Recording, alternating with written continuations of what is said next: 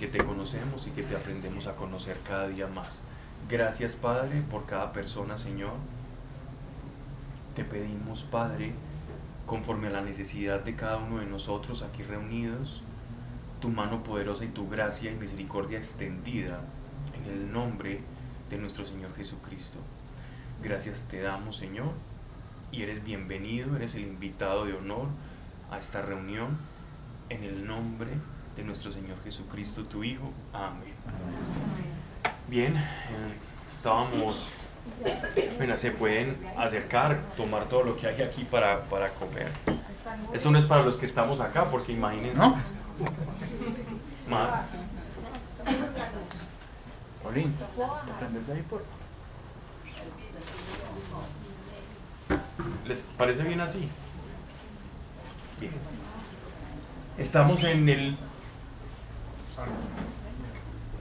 en el libro del profeta Ezequiel, en el capítulo 40. Del capítulo 40 al 43 vamos a ver toda la construcción que el ángel del Señor en visión le muestra al profeta.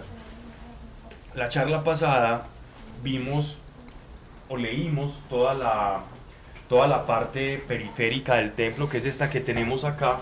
Yo creo que estoy estorbando, estoy enseñando y estorbando al mismo tiempo, es curioso. Pero vimos toda esta parte hasta todo lo que rodea lo que es la muralla, que es una muralla de 3 metros. Las medidas ya vimos cómo era la conversión de codos y de palmos, ¿cierto?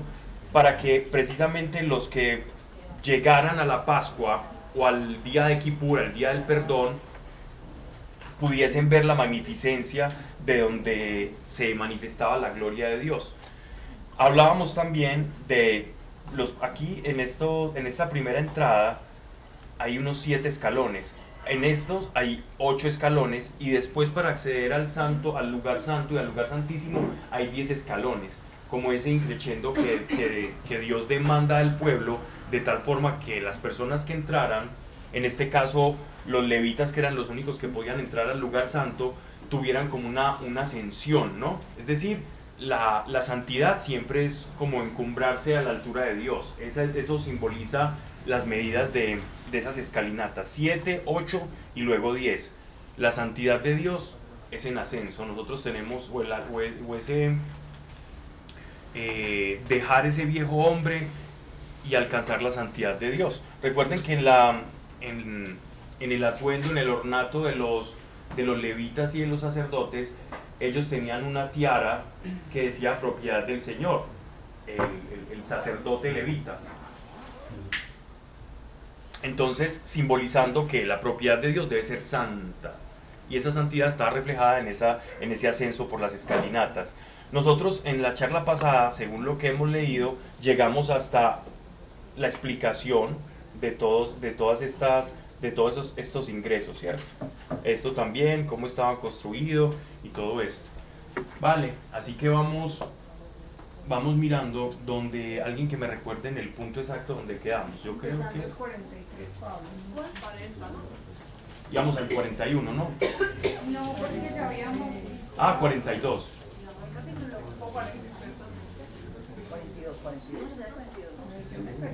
No vimos las cuentas. ¿Alguien tiene el punto exacto? Ya habíamos pasado el altar.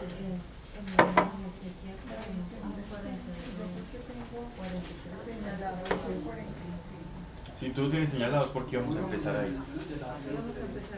Entonces vamos acá, es de todas las representaciones arquitectónicas o reconstrucciones de esta profecía, esta fue la más exacta. Me di el tiempo y la tarea de buscar las que tuvieran una representación más semejante a la de la Septuaginta y la Vulgata latina, a los números reales, y esta fue la que más se acomoda. De todas formas, para una interpretación correcta y exacta de esta visión de Ezequiel es muy difícil, porque al que lee estas palabras le toca hacer ciertas aproximaciones, porque no es lo mismo una descripción, así tenga medidas, de todas formas quedan algunos vacíos como para que da paso como a lo subjetivo. Entonces dicen, bueno, de este espacio a este espacio, ¿cómo sería la construcción? ¿Sería curva? ¿Sería rectangular? Entonces nos toca hacer uso de las medidas del tabernáculo del Éxodo y también de las medidas de Reyes en el templo de Salomón. Y de esa forma, entonces, creo que esta sería como la representación más correcta. Ahí va a correr, dale. Sí, ahí va corriendo, ahí van mostrando, incluso con el capítulo, más o menos cómo sería lo que estamos viendo. Mientras tanto, yo voy leyendo el capítulo 42. Bueno. Sacóme al atrio exterior del septentrión y me llevó al departamento que está frente al espacio cercado y a la construcción que mira al norte. Era de un frente de 100 codos de largo al lado norte y tenía 50 codos de ancho, dando al espacio vacío, de 20 codos del atrio interior y al enlosado del atrio exterior. Ahí están mostrando las palmeras, aunque estas palmas que están mostrando acá sí tienen como cierta inexactitud, porque las palmeras, según lo que Dios le describe aquí al profeta, eran talladas, no eran pintadas, sino que eran talladas, como las columnas romanas, ¿cierto? O griegas, que tenían tallados arriba. Esas eran todos en relieves, tallados, no era algo así como tan básico, ¿no? Delante de las cámaras había un corredor de 10 codos de ancho y 100 codos de largo. Sus puertas daban al norte. Las cámaras superiores, como las terrazas, quitaban espacio. Eran más estrechas que las inferiores y las intermedias del edificio. Esas puertas que están mostrando en este momento, que yo les hablaba, en estos lugares es donde se esconden o son los puestos de los guardias con la respectiva ventana. Eran levitas que no eran descendientes de Sadoc, sino que eran los levitas que tenían oficios, digámoslo así, como más sencillos. No ofrecían sacrificios, sino que se dedicaban a las labores completamente periféricas del templo, como la guardia, como la limpieza, como el desmembrar los holocaustos y después llevárselas al sacerdote que imponía las manos sobre el macho cabrío. Y entonces se iban ubicando aquí en estas torres, y dice que en un principio son más estrechas y se van anchando. Esto también, digámoslo así, se ve reflejado en las construcciones medievales. Los castillos, los que han tenido, por ejemplo, la oportunidad de ver el castillo de San Felipe de Cartagena, que ves esos túneles, esos pasillos que se van como haciendo cada vez más angostos, y eso posibilita la defensa de una fortificación, de un torreón, una fortaleza, un castillo, etcétera, etcétera. En este caso era pensado para la defensa del templo, ¿cierto? Porque hay personas que le dan interpretaciones a esto, pero era simple y llanamente como motivo de defensa. Este es el río que corre, esta es la losa de la que nos están hablando aquí en el capítulo 42, es esta parte que recubre la losa. Aquí nos están mostrando todas las entradas. Esta es la parte norte, ¿cierto? Y la puerta oriental, que va a ser en la que el ángel y los querubines siempre se posan. Los ángeles y la presencia de Dios siempre llega desde el oriente. Y así ocurrió en el tabernáculo, así ocurre en el templo de Salomón cuando llevan el arca de la alianza y la depositan en el Santo Santorum, y así igualmente va a ser en el templo que nos está demostrando Ezequiel. Entonces dice, versículo 7, el muro exterior de fuera, delante de las cámaras, que daba al atrio exterior, frente a las cámaras, tenía 50 codos de largo, pues el largo de las cámaras del lado del atrio exterior era de 50 codos, pero el lado del templo de 100 codos. Más abajo de las cámaras había una entrada que daba a oriente, esta es la importante, para el que venía del atrio exterior. Del lado del mediodía, frente al espacio vacío y delante del edificio, había cámaras. Delante de ellas un corredor como el de las cámaras que dan al norte. Su largo y su ancho eran los mismos y también iguales a las salidas y toda su disposición. Como las puertas de las primeras eran las puertas de las cámaras que daban al mediodía. Y habían unas puertas al comienzo del corredor en el muro correspondiente para quien venía del oriente. Aquí nos están mostrando las mesitas de las que hablábamos, donde hacían los sacrificios, que en realidad eran 8. Eran, y no sé, la altura, las escalinatas. Lo bueno es que una imagen vale más que 1000 palabras, ¿no? Yo creo que ahí está suficientemente claro. Versículo 13. Díjome, las cámaras del norte y las cámaras del mediodía que dan al espacio cercado son las cámaras del santuario. Estas cámaras a las que se refieren acá no nos dicen si tienen ventanas o no, pero de acuerdo a la estructura del templo y en esta, digámoslo así, como en este bosquejo acá, también nos muestran y hacen ver que todas las edificaciones tienen sus respectivas ventanas. En cada ventana o en cada recámara, de la que llaman acá, perdón, no ventana sino recámara, los sacerdotes iban cumpliendo un determinado oficio. Eran como habitaciones para no cortar o desmembrar a los animales en el atrio, porque lo contaminaban. Ellos tenían que ser muy cuidadosos en el sangrado del animal y no dejar correr sangre, porque de lo contrario contaminaban el santuario. Y esa contaminación ritual acarreaba para un sacerdote un problema grandísimo, porque hacía ineficaz todo el sacrificio y todo el trabajo de toda la comunidad levítica. Entonces en estas recámaras ellos llevaban esa carne y la desmembraban para que no fuera a contaminar toda la parte exterior del atrio. Dice, donde los sacerdotes que se acercan a Dios comerán las cosas santísimas, es decir, las oblaciones y las víctimas por el pecado y por el delito, pues este lugar es santo. Verso 14. Cuando los sacerdotes entraren, no saldrán del lugar santo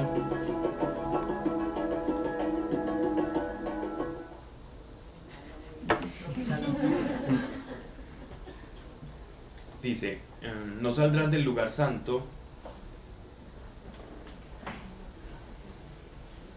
Cuando los sacerdotes entraren, no saldrán del lugar santo al atrio exterior, sino que dejarán allí las vestiduras con que ministran, pues son santas, y vestidos de otras se acercarán así a lo destinado al pueblo. Todo lo que hagan en las recámaras tiene que estar completamente en el ejercicio ritual, de la práctica ritual, de lo contrario quedaría sucio. Cuando el sacerdote tiene contacto con el pueblo, en medio de los sacrificios le toca retirarse todo su ornato, sus vestiduras, porque ya entonces perdería la santidad. Y aquí hay algo que vale la pena recalcar, porque cuando nosotros hablamos de santidad en el Antiguo Testamento, no necesariamente es el concepto que nosotros habitualmente usamos o coloquialmente como santidad. Nosotros interpretamos santidad como alguien que es moralmente correcto, que se porta muy bien o que cumple una serie de parámetros afines a principios morales. En este caso el decálogo, que son los 10 mandamientos, ¿verdad? Pero la santidad va más allá de una conducta moral. La santidad en el Antiguo Testamento significa presencia inaccesible. De hecho, el concepto de santidad no existía en ninguna de las poblaciones o de los grandes imperios o civilizaciones antiguas.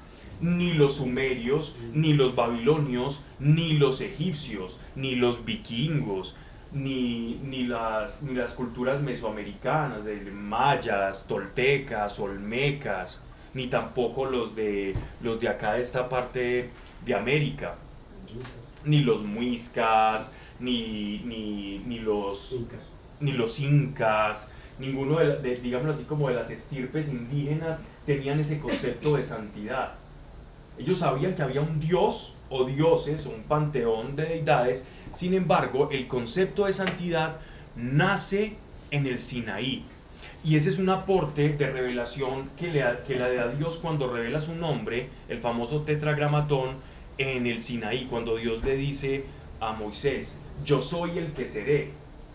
En esa expresión que nuestras Biblias traducen como yo soy el que soy, Dios manifiesta en esencia su santidad y su trascendencia, a diferencia de las otras deidades de las civilizaciones que precedieron, incluso contemporáneas a los mismos israelitas. Porque si tú ves, por ejemplo, la mitología griega, las deidades de la mitología del panteón griego eran unas joyitas que cometían, perdónenme la expresión, pero cometían más actos de inmoralidad que hasta los mismos filósofos. Ya, que algunos los defendían, otros decían que eran creación, pero eran terribles. Entonces llegaba Zeus, se disfrazaba de algo, tenía relaciones con una mujer humana y salía un semidios. Y ahí Hércules y una cantidad. Y yéndonos a otros mitos, nos podemos ir a los mitos nórdicos, también pasaba lo mismo.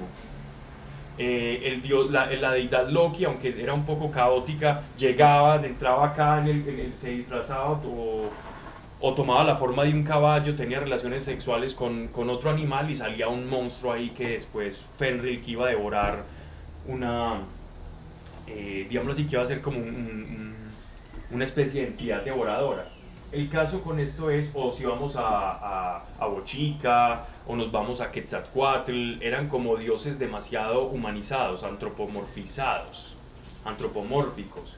Sin embargo, en el Sinaí, Dios revela al ser humano, al pueblo, su trascendencia. Y la trascendencia de Dios está vinculada, está completamente ligada a su santidad. Entonces, ¿qué es la santidad? Es la trascendencia de Dios. Es ese ser puro y trascendente, el ser que lo sustenta todo. En eso radica la santidad de Dios. Ahora bien, ¿qué es ser santo ya en relación a nosotros? Ya yéndonos a la etimología de la palabra santo o kadosh, si en hebreo es aquel que se aparta para él. Y para apartarnos para él nos tenemos que despojar de todo aquello que no es afín a su ser trascendente. Entonces, en este caso, ¿qué es la santidad? Es parecernos más a Dios en su esencia trascendente. Y si nos queremos parecer a Él, nos tenemos que despojar de aquello que no es semejante a Él. Y a esto se llama el pecado. Entonces, sí tiene una relación con el comportamiento, para nosotros sí, para Dios no. Dios es santo. En esencia santo no significa que Él es apartado para sí mismo, sino por su ser trascendente.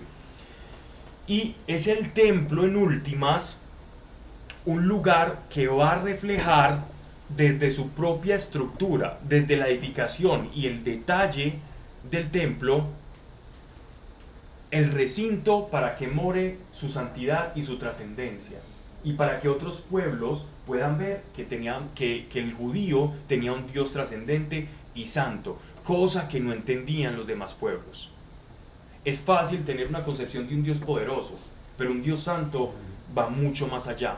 La santidad es un concepto que Dios le revela al pueblo de Israel, y en eso radica la gran diferencia. No solamente como una fe monoteísta, sino como un Dios trascendente, único y trascendente. De hecho, eso es lo que significa yo soy el que soy. Significa algo que no se puede rebajar, no se puede hacer imagen de un yo soy el que soy, porque está por encima de toda conceptualización. Cuando Moisés le pregunta, ¿y a quién le diré quién es? Tú le dirás, yo soy el que soy, mi enviado. ¿Cómo hago yo estatua de semejante afirmación? Dice, Pablo, dime. pues puede que me salga un poquito, pero No importa. estábamos hablando del templo y, o sea, es que yo tenía entendido que, Puedes hablar más duro, yo no lo digo por mí, yo te escucho perfecto, es para los que de pronto escuchan. yo tenía entendido que cuando Jesús vino, Sí, ya no había necesidad de que Jesús, pues él rasgó el velo, ¿cierto? perfecto. Entonces, para que el templo ahora sí ya a Dios no se le puede encerrar, por así decirlo, porque él ya está nudo. Esa es la pregunta. Es una excelente pregunta. ¿Tú estuviste en la charla pasada, no? No. ¿La escuchaste? Ok, pero entonces te voy a ilustrar, porque de eso, de hecho, habíamos hablado. Sí. Dime. Gracias. ¿Qué estaba sonriendo? En la carta a los hebreos, cuando nosotros leemos la carta a los hebreos, es toda una exposición de lo que es El templo, la simbología y la representación. ¿Y a qué apuntaba el templo? Y para nadie es un secreto que desde el tabernáculo hasta el templo de Salomón es un tipo, es decir, es algo que anuncia a Cristo. Tanto así que Cristo, nuestro Señor en el Evangelio, hablaba de sí mismo como el templo. ¿Por qué Jesús hablaba del templo como él mismo? Porque él era portador del Shekinah, es decir, la gloria de Dios. Él era el tabernáculo viviente. Jesucristo, nuestro Señor, era el tabernáculo viviente. Y el templo como tal y los sacrificios, llegando Cristo, que es el sacrificio perfecto, sin mancha, que anunciaban con todas estas cosas, con todos los rituales de purificación, con el lugar santo, el lugar santísimo, todo tiene que ver con la vida de Cristo. Entonces Cristo hace ineficaz un nuevo sistema sacrificial. Esta es una de las objeciones que se hace a los que toman este texto de manera excesivamente literal. Dicen, hey señores, pero si este templo todavía no ha existido, y si Cristo abolió una nueva construcción de un templo, porque cuando Él muere y rasga el velo significa que todos nosotros como iglesia tenemos acceso al lugar santísimo, y es real porque en Pentecostés el Espíritu Santo desciende sobre cada uno de nosotros, y es en ese Pentecostés personal, así como lo tuvieron en Hechos de los Apóstoles, que nosotros nos volvemos como unos sagrarios vivos. De tal forma que el apóstol Pablo dice en 2 de Corintios, en 1 de Corintios, sobre la renovación de la mente, que es nuestro sacrificio vivo. Entonces él dice, bueno, si ustedes ya no pueden sacrificar, pero ustedes mismos son un sacrificio para Dios. El hecho de esa santificación es el sacrificio que ustedes van a presentar. Ya no será así, sino que serán sus propias vidas, porque ustedes son el templo, ¿no? Entonces esto haría ineficaz toda esta construcción. Pero los que toman esto literal dicen, no señores, esa objeción es válida y comprendemos que todo sacrificio se hace ineficaz, pero recuerden que en Apocalipsis dice que nuestro Señor va a volver, la parusía. Él va a retornar y va a tener un gobierno acá. Nuestro Señor va a morar acá, y esto se le conoce como el milenio. Y en ese milenio Él estará gobernando desde el templo, y estos sacrificios que se van a hacer en Ezequiel no son sacrificios por el pecado, sino son sacrificios para santificar el lugar para cuando el Señor venga. Esa es la objeción que hace. Es simplemente un sacrificio de animales, no para perdón de pecados, sino para la consagración de los adminículos, de los elementos del templo, el altar de bronce, la mesa de los panes de la proposición, las menoras y todo lo que está en el templo, que se santifica con esa sangre. Entonces esas son las objeciones.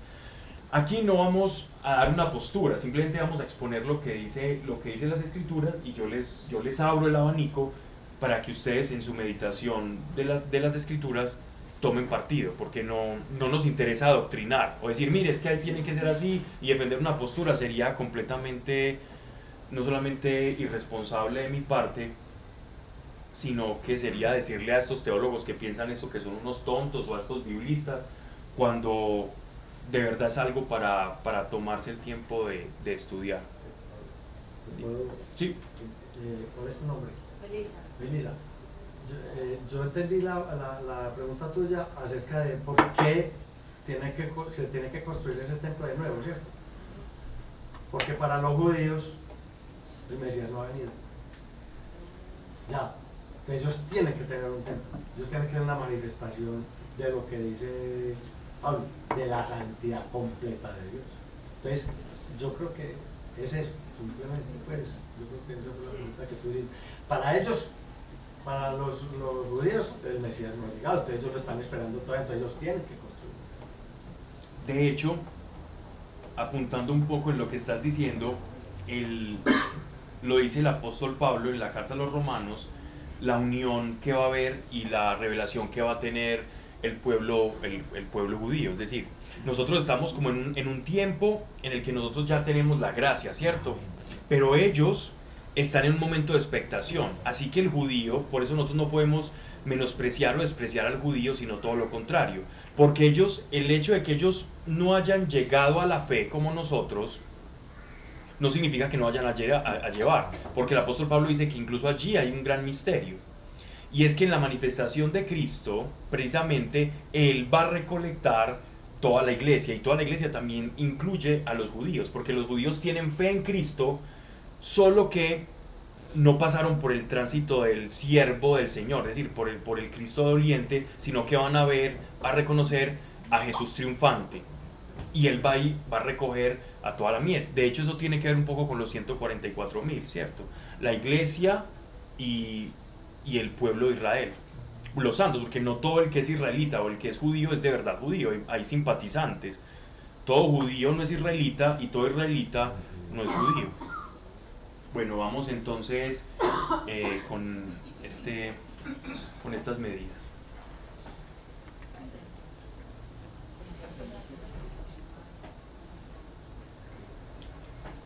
Sino que dejarán allí las vestiduras con que ministras pues o santas y vestidos de otras, se acercarán así a lo destinado al pueblo.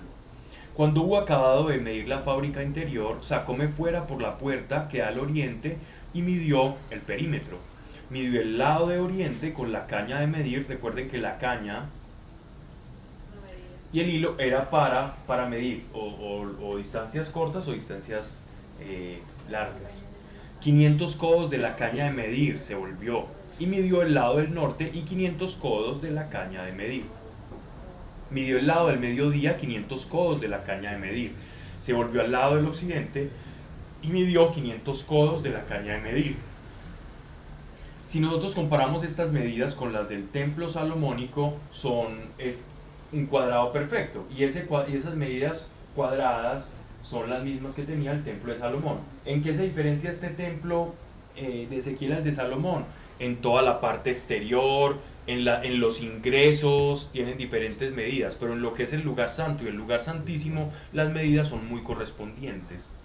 Y eso tiene algo que decir, y es como que Dios no cambia, el lugar donde va a poner su presencia tiene las mismas medidas, desde el tabernáculo, obviamente con una diferenciación de materiales, porque el tabernáculo estaba hecho de diferentes capas de pieles, y las del templo de Salomón y luego las del templo de Ezequiel.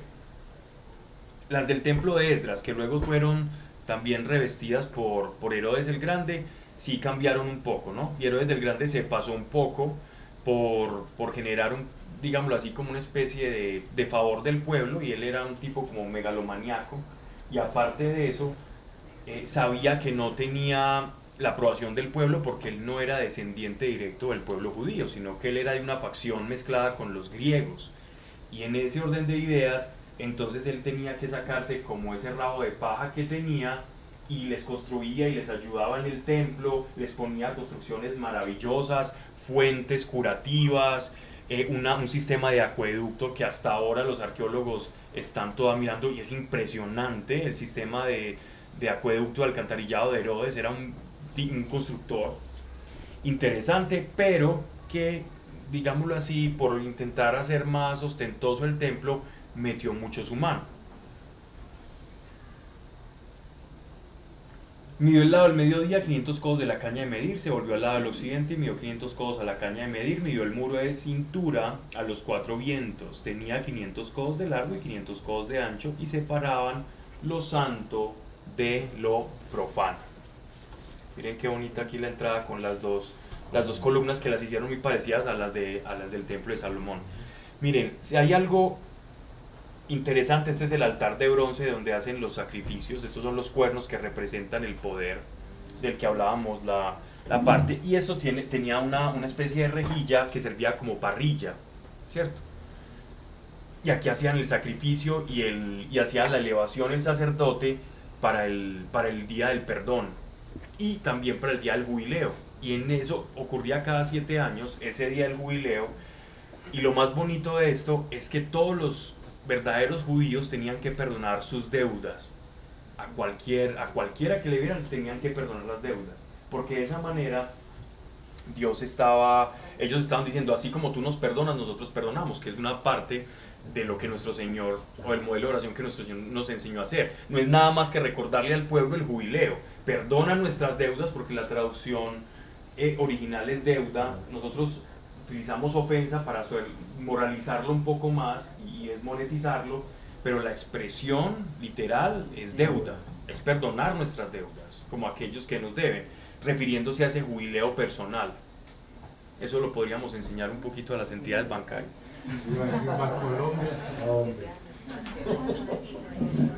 Estamos de jubileo, le estamos poniendo el alma. Bien.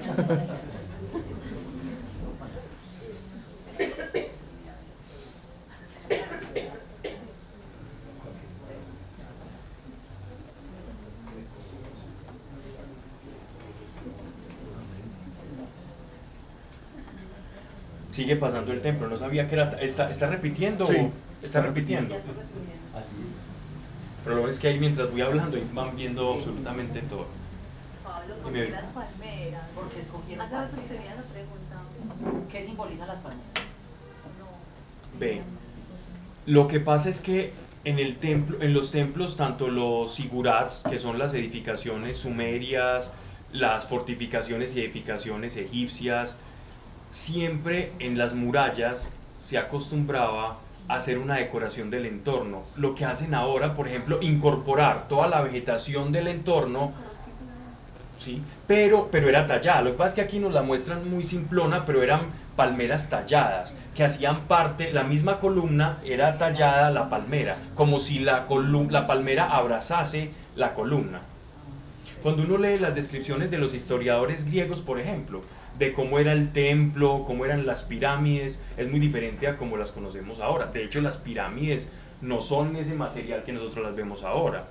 Y la punta, ¿cierto?, de ese tetraedro era en oro. Era en oro y eran blancas completamente, que refractaban la luz. Una obra impresionante. Y todo el que llegaba a ver las pirámides quedaba completamente asombrado. Por eso era una de las maravillas del mundo antiguo. Ya después los saqueadores y todo eso acabaron con eso. Y el oro y todo. Y las dejaron en pelotica, pues. Pero eso fue lo que pasó con las famosas pirámides. Y el templo estaba recubierto. Sí. Pero que incorporaba el lugar al que se encontraban. Pero hay de aquel que se atreviera a poner un símbolo que Dios no hubiese puesto en la visión, porque eso fue lo que les pasó. Y Ezequiel, miren que en la visión Dios, el ángel lleva a Ezequiel al templo antes de que Nabucodonosor lo destruyera, y él lo lleva, y recuerden qué fue lo que vio él en los pasajes estos que llevan a las habitaciones y a las recámaras de los levitas.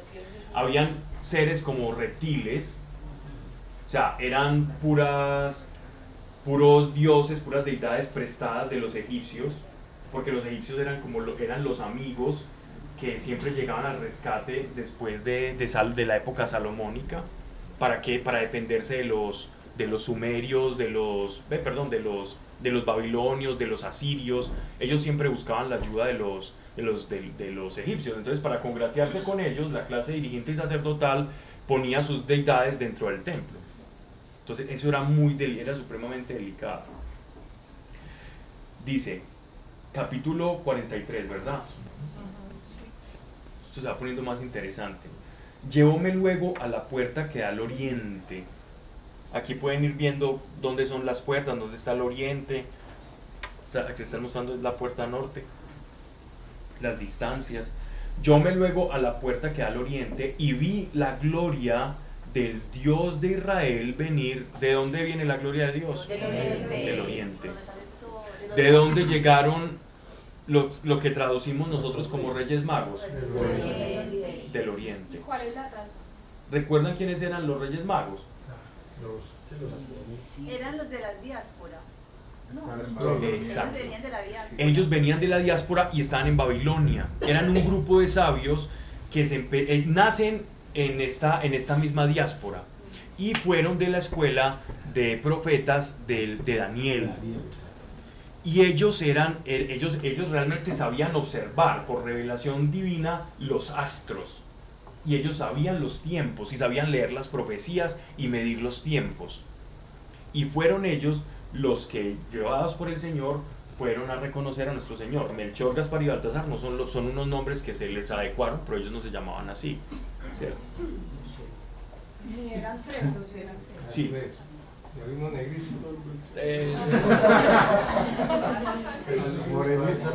Se habla de Melkor, de Gaspar y Baltasar, y siempre ponen a uno morenito, a otro amarillito, como para quedar bien con todo el mundo, pero no sabemos realmente. Lo único que sí sabemos es que eran judíos de la diáspora, que llegaron y que eran estudiosos de las profecías y que recibieron todo ese acervo, porque recuerden que no todo el pueblo que fue cautivo en Babilonia, no todos retornaron cuando el rey Darío el persa les dio la facultad para que ellos regresaran a la tierra prometida. Muchos ya habían conseguido dignidades y cargos después de Nabucodonosor y Daniel en el observatorio. La palabra mago no significa que hace magia. El mago, que nosotros traducimos como mago, era una persona versada en muchas artes y oficios, generalmente dedicado a leer las fases de la luna para saber y decirle a los reyes cuándo debían sembrar, cuándo debían cosechar, cuándo debían hacer las cosas debido a las fases lunares. Entonces observaban las estrellas, pero no como unos Walter Mercado del pasado. Ellos la observaban en función de la siembra y de la cosecha. Y por eso les llamaban los sabios o los magos, porque sabían leer las estrellas, pero para efectos prácticos, generalmente fines agrícolas. Esos eran los magos. De hecho, José fue uno de ellos, por revelación divina. No solamente porque interpretaba los sueños, sino que al convertirse en visir, bien sea de Tutmosis II o de Ramsés II, dependiendo de donde uno se sitúe históricamente, independientemente del faraón, a él lo nombraron visir para ayudar, y siguió en ese orden de ideas para que el pueblo de Egipto prosperara. Y hubo gran prosperidad hasta su muerte, dicen pues en las escrituras en el Éxodo. Pablo, ¿por qué de Oriente? En el Génesis. Dime. ¿Por qué de Oriente? ¿Cuál es la razón de que la gloria de Dios venga de ese? Vamos a leer. Aunque aquí no va a decir. Y vi la gloria. Llevóme luego a la puerta que da al oriente. Y vi la gloria. Mire, ¿recuerdas la visión que tuvo él frente al río Quebar? Capítulo 1 de Ezequiel. Claro, que se le vienen todos anillos. Exacto. El río Quebar, una rueda sobre otra rueda. Que en realidad una rueda sobre otra rueda, un aro sobre otro aro, es una cosa preciosa, porque forma como lo que se conoce como una bisecapisis. Una bisecapisis es una intersección de dos circunferencias, girando la una sobre la otra. Y los que estudian toda la fractalidad de cómo se construye la vida, desde el feto, desde la unión del espermatozoide y del óvulo, siempre se forma una bisecapisis. Esa estructura fractal siempre está en el origen de la vida y en todas las cosas, sobre todo la vida. Y es la forma en la que se mueven estos querubines. Y eso es bien bonito. La podemos, si puedes poner ahí como una bisecapisis y la podemos ver. Ahora estaba viendo allá en el... Aquí la mostraron. Sí. Aquí lo mostraron, ¿cierto? Si lo podemos adelantar, aquí la mostraron y en 3D se ve mucho más bonito. Los masones, por ejemplo, la masonería toma parte de las medidas del templo de Salomón y lo utilizan para hacer rituales. Ellos dicen que Salomón era como el primer iniciado o el primer gran constructor, y toman muchos elementos del templo de Salomón. Miren que estas dos torres mire qué interesante.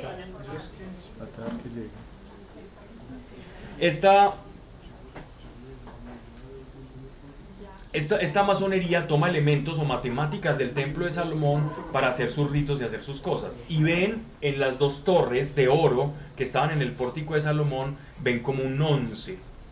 Y para ellos el 11 significa como la puerta de entrada al conocimiento, la puerta de entrada al lugar santo. Miren, estas son las esferas sobre las esferas. Sí, esos son así, como ese mayor simplemente le digo eso. Que nos pongan el video de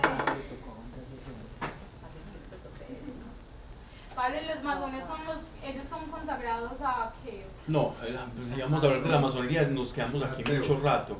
La masonería es un movimiento que nace después de las cruzadas, ¿cierto? Por unos movimientos que llamaron los cátaros, los albigenses o los bogomilos. Pero ellos son satánicos. Ellos niegan a Dios. No, de hecho no pueden, bueno, no vamos a hablar de eso, cerremos ese paréntesis, en otra ocasión hablamos de eso para que sigamos con Ezequiel. En los primeros grados se puede, ya después no.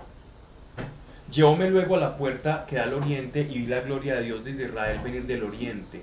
Se oía un estrépito como el estrépito de caudalosas aguas.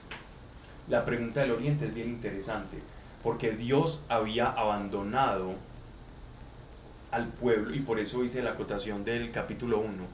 Había abandonado el templo. ¿Recuerdan que la gloria de Dios abandonó el templo cuando fue destruido? ¿Recuerdan? En el 568 antes de Cristo, cuando lo destruyó Nabucodonosor y sitió Jerusalén, que Dios le muestra al profeta cómo es todo eso, y después llega un emisario que se tarda meses en llegar allá a la tierra de Quebar, que es cerca a Babilonia. Él llega contándole lo doloroso que fue al profeta y a todos los que estaban ahí en la diáspora, lo doloroso que había sido el sitio de Jerusalén y cómo lo incendiaron, destruyeron las murallas. Y Ezequiel ya les había dicho a ellos que la gloria iba a abandonar el templo. Y si la gloria llega de oriente, significa que Dios no ha abandonado a su pueblo en la dispersión, porque ellos estaban en el oriente. Y del oriente, o sea, desde allá donde están ellos, va a regresar la gloria de Dios a posarse en el Monte Sión, en la ciudad santa, en Jerusalén. Entonces es una forma de decirlo.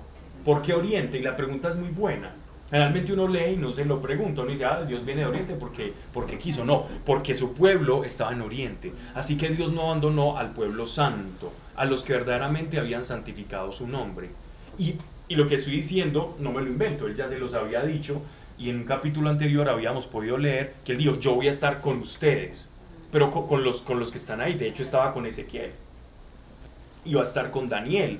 Y tanto va a estar que recuerdan cuando los tres jóvenes estaban siendo quemados por no querer adorar la estatua de Nabucodonosor, y un ángel se les aparece y los rescata. Algunos dicen dentro cuando uno lee el Tanaj judío, algunos rabinos o en el Talmud, ellos hablan que es Miguel, el protector de Israel, el que está custodiándolos a ellos, que ese era el ángel que los estaba cuidando. Pero eso es algo judaico, pues.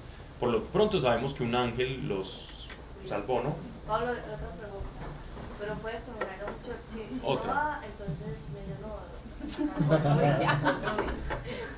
Dime.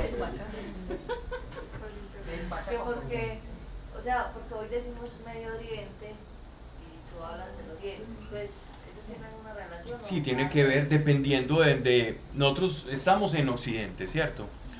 Europa es Occidente por antonomasia. Luego, al oriente de Europa está el cercano oriente, que es Canaán, que es Siria, que es Fenicia. Medio Oriente, que ya son los países árabes, ya es Irán y todo eso. Y lejano Oriente, que ya es toda esa parte asiática, China y ya el Asia, pues mucho más lejana. Entonces está cercano, mediano y lejano Oriente, dependiendo de donde nos ubiquemos. Y como la historia se ha escrito, entre comillas, la moderna desde Occidente, entonces por eso llamamos ellos. Ellos nos dirán lejano Occidente. Recóndito Occidente. Algo así.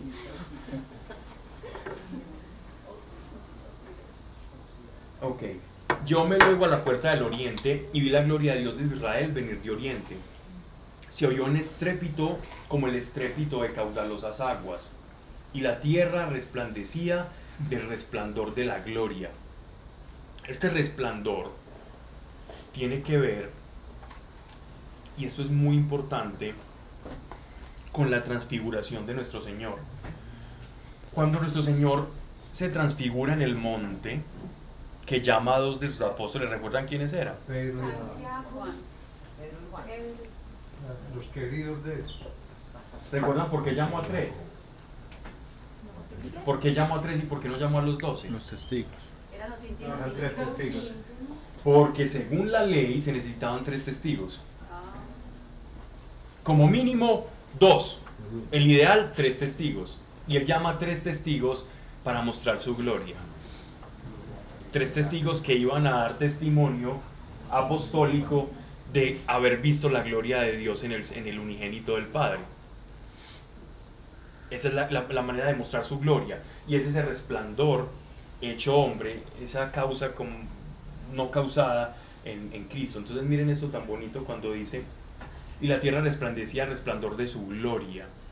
Verso 3, el aspecto de lo que veía era como lo que vi cuando vino el Señor a destruir la ciudad, y en todos los aspectos como los de la visión que vi cerca del río Quebar.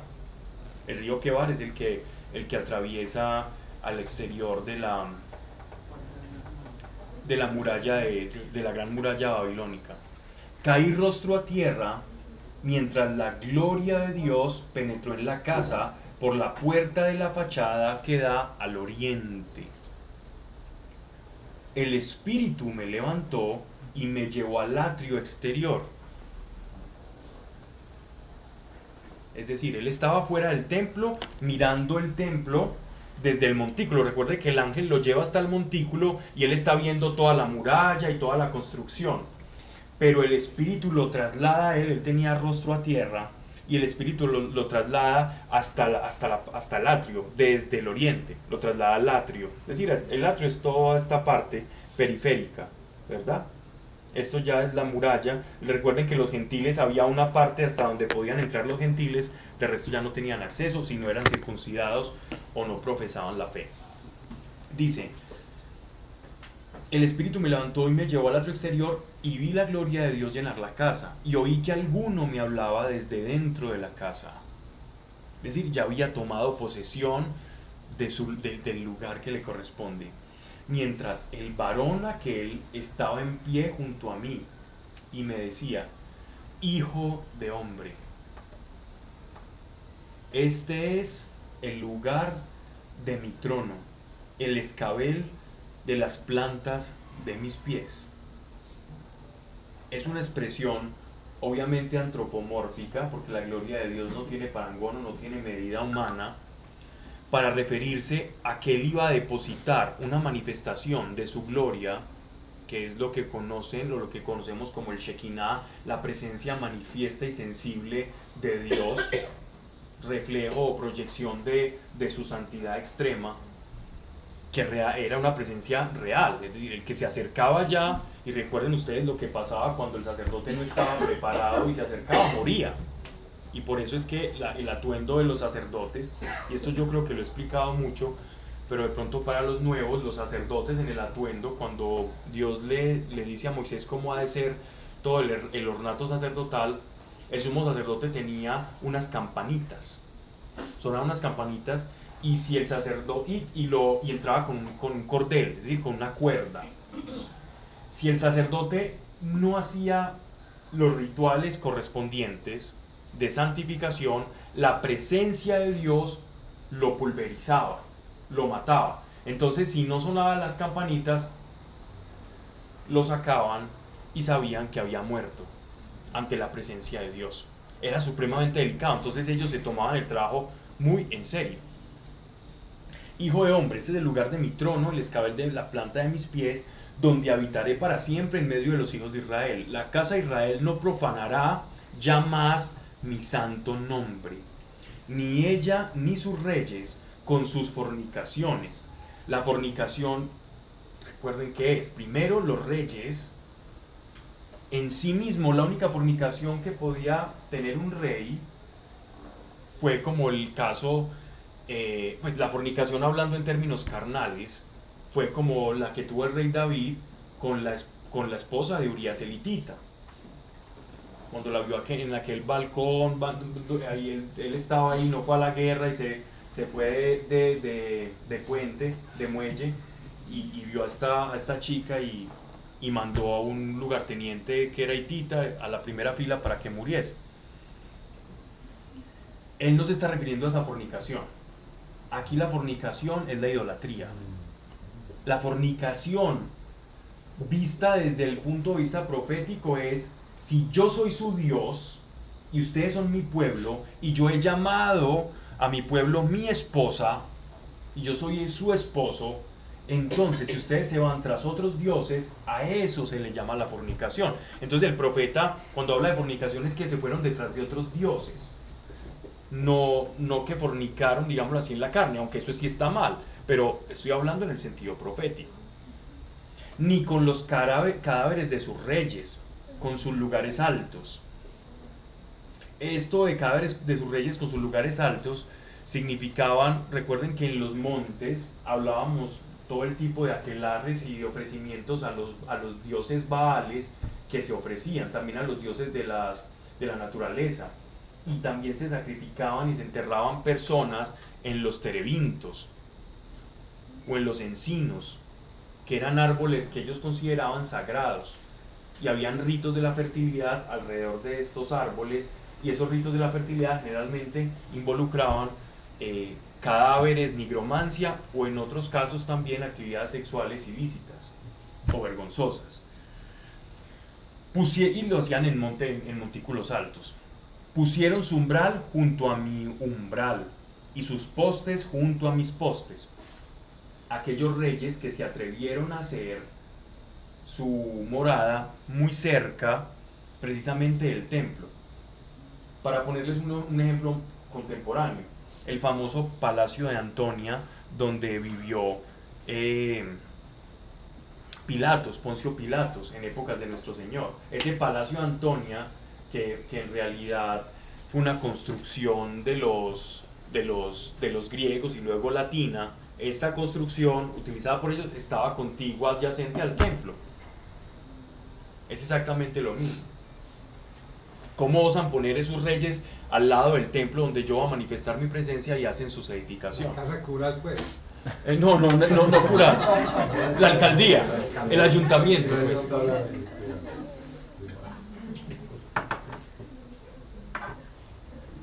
Ni con los cadáveres de sus reyes, mate como la alcaldía, o la Diana al lado. ¿Te imaginas? La Diana al lado de la Capilla Sixtina. Algo así. Con su lugar, pusieron su umbral junto a mi umbral y sus postes junto a mis postes, y pared solo por medio. Contaminaron mi santo nombre con las abominaciones que se cometieron. Por eso en mi furor los consumí. ¿Recuerdan ustedes? Perdónenme usar tanto la palabra recuerda, pero es que como ya hemos hablado tantos años acá, que cuando hablábamos de la santidad versus el pecado, ¿qué pasa cuando yo uno el pecado y la santidad? No pueden unir, se repelen, hay chispas. Produce una chispa. ¡Plac! Una yesca contra un cortocircuito. Eso es un cortocircuito. Y ese cortocircuito nosotros le llamamos en el Antiguo Testamento la ira de Dios. Es cuando la santidad de Dios hace cortocircuito con el pecado, porque en su santidad y en su trascendencia el pecado no tiene cabida. Y entonces no es que Dios odia al pecador, de hecho lo ama, por eso entregó a su Hijo. Es que su naturaleza, cuando nosotros nos preguntamos, ¿hay algo imposible para Dios? Sí, hay cosas imposibles para Dios. Para Dios es imposible mentir. Para Dios es imposible no amarte porque te ama, porque somos su criatura. Y para Dios es imposible hacer que el pecado no tenga su paga, no purificar el pecado. Pero como Él sabía que nosotros en nuestra humanidad éramos incapaces, entonces Él mismo se tomó el trabajo por nosotros. Y eso es la expiación. Y por eso vino nuestro Señor, para morir por nosotros y pagar la deuda impagable e insoldable que nosotros teníamos. Él pagó por nosotros y en su propio cuerpo Él sufrió el cortocircuito. Estoy utilizando unos términos, pero que sirven para ilustrar lo que hizo Él. Él sufrió el cortocircuito de la santidad de Dios versus el pecado de nosotros en su propio cuerpo, para que nosotros tuviéramos acceso y no hiciéramos corto con Él. A eso se le llama la justificación y la expiación. Versículo 9. Pero ahora arrojarán lejos de mí sus fornicaciones y los cadáveres de sus reyes, y habitaré en medio de ellos para siempre.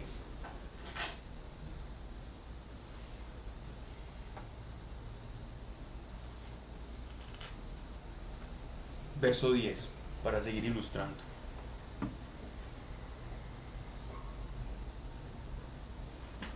Y tú, hijo de hombre, describe a la casa de Israel este templo.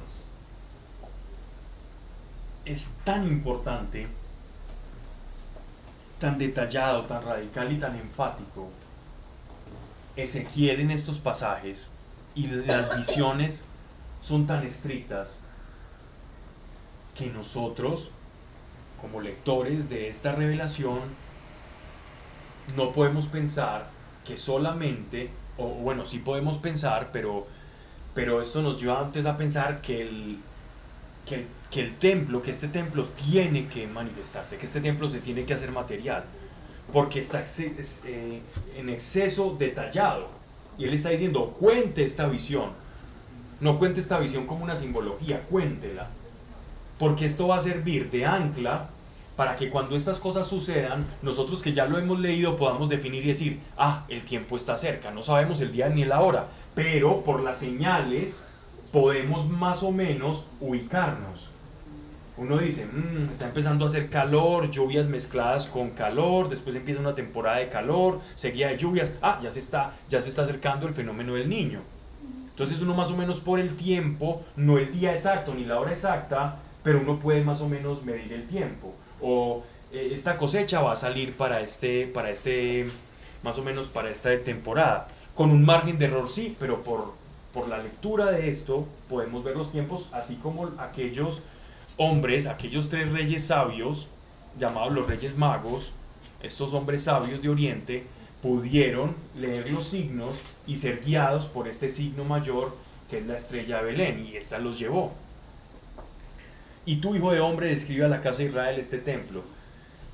Si se avergüenzan de lo que han hecho, muéstrales la traza y el diseño de esta casa, sus salidas y sus entradas, y toda su disposición, sus ritos y sus leyes, y ponla por escrito ante sus ojos, para que guarden todos sus ritos y sus reglas y los pongan por obra. Esta es la ley de la casa. Sobre la cumbre del monte, todo en derredor. Su término será santísimo. Esta es la ley del templo. He aquí que las medidas del altar en codos de codo y palmo. El canal de un codo de alto y un codo de ancho. Se están refiriendo ya a los objetos y las cosas que están sagradas y santificadas en medio del lugar santo y el lugar santísimo. Y el reborde que lleva en torno un palmo. Un palmo es la anchura de 5 dedos para ellos, ¿cierto? Tal es el zócalo del altar, más o menos unos 7 centímetros. Desde el canal sobre el suelo al plano inferior 2 codos, y la anchura de su vuelo 1 codo. Del plano inferior al plano superior 4 codos, y la anchura de 1 codo. El Ariel tenía 4 codos, y de él emergían 4 cuernos. Ya los vimos ahora, ¿no? El Ariel tenía 12 codos de ancho y 12 codos de largo, este ya era grande, formando un cuadrado perfecto. La basa tenía 14 codos de largo y 14 de ancho a los 4 lados, y en el torno de ella habían una cornisa de medio codo, y el canal de 1 codo todo alrededor, y sus gradas estaban al lado oriental. Aquí la podemos ver, cómo está. Ahorita la vimos con sus escalinatas, con los cuernos, que era donde subían a hacer el sacrificio. El rojito. Ahí está. Está pequeñito.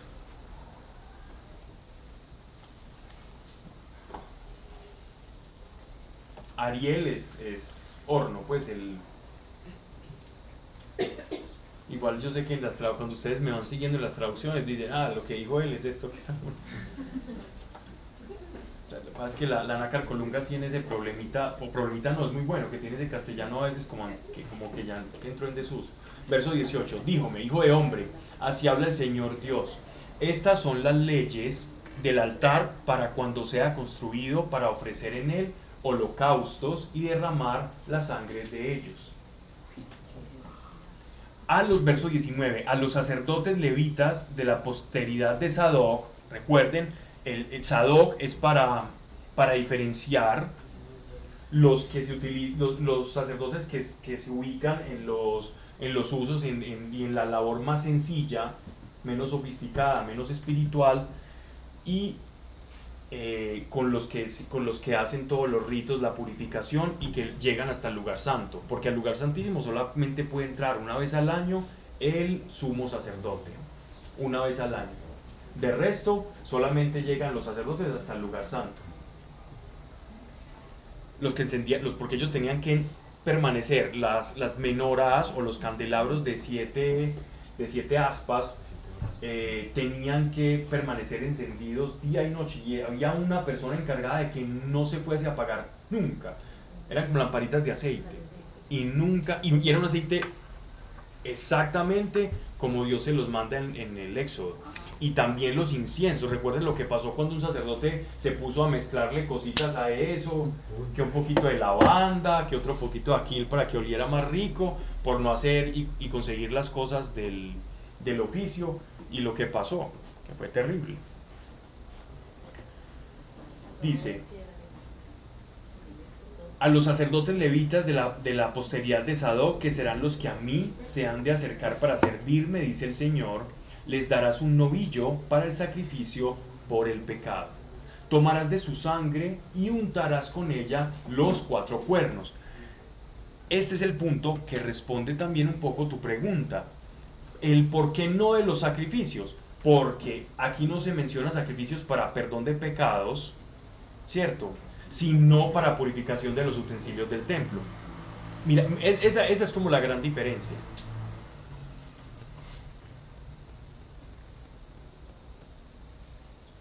Tomarás de su sangre y untarás con ella los 4 cuernos, esto es para purificarlos, y los 4 ángulos del cuadro, y el borde todo en torno.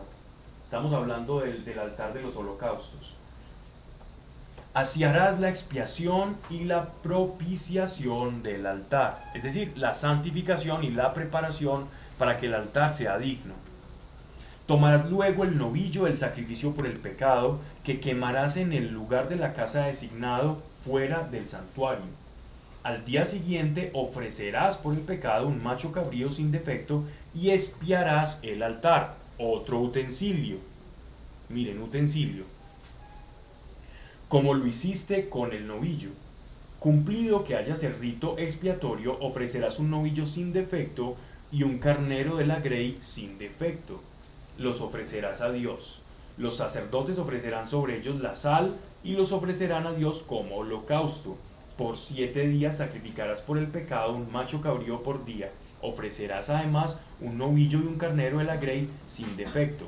Por 7 días se hará la propiciación del altar. Se purificará y se consagrará. Es decir, la purificación del altar demanda una cantidad de sangre mayor, porque a medida que te vas acercando, digámoslo así, al punto alto, entonces va demandando más cantidad de sangre, ¿no? Versículo 27. Cuentan los historiadores, algunos romanos, que cuando iban al día de Pascua, al día de la expiación, que eso era una humareda terrible. Era terrible. Yo he leído las descripciones de los antiguos sobre cómo era eso, y decían que eso no se podía acercar, eso era un humero impresionante que salía del templo, que no dejaba ver eso, y yo me imagino las personas como si estuvieran en una revuelta de universitarios, guardando pues las proporciones. Solo lo digo que es un número y una cosa impresionante. Pasados estos días, el día de octavo en adelante, los sacerdotes ofrecerán en el altar vuestros holocaustos y vuestros sacrificios pacíficos, y yo seré propicio, dice el Señor Dios. Es decir, todo en aras de la consagración del templo. Llevóme el capítulo 44. Llevóme luego de nuevo a la puerta de fuera del santuario que daba al oriente, pero la puerta estaba cerrada, y me dijo: esta puerta ha de estar cerrada, no se abrirá ni entrará por ella hombre alguno, porque ha entrado por ella Dios, el Dios de Israel. Por tanto, ha de quedar cerrada. Por lo que hace al príncipe, podrá sentarse en ella para comer el pan en la presencia de Dios. Entrará por el vestíbulo, el príncipe de los sacerdotes, de la puerta, y por el mismo saldrá. En algunas traducciones podrían decir sumo sacerdote. ¿Me pueden leer alguien que me lea? Otra, en todas dice príncipe.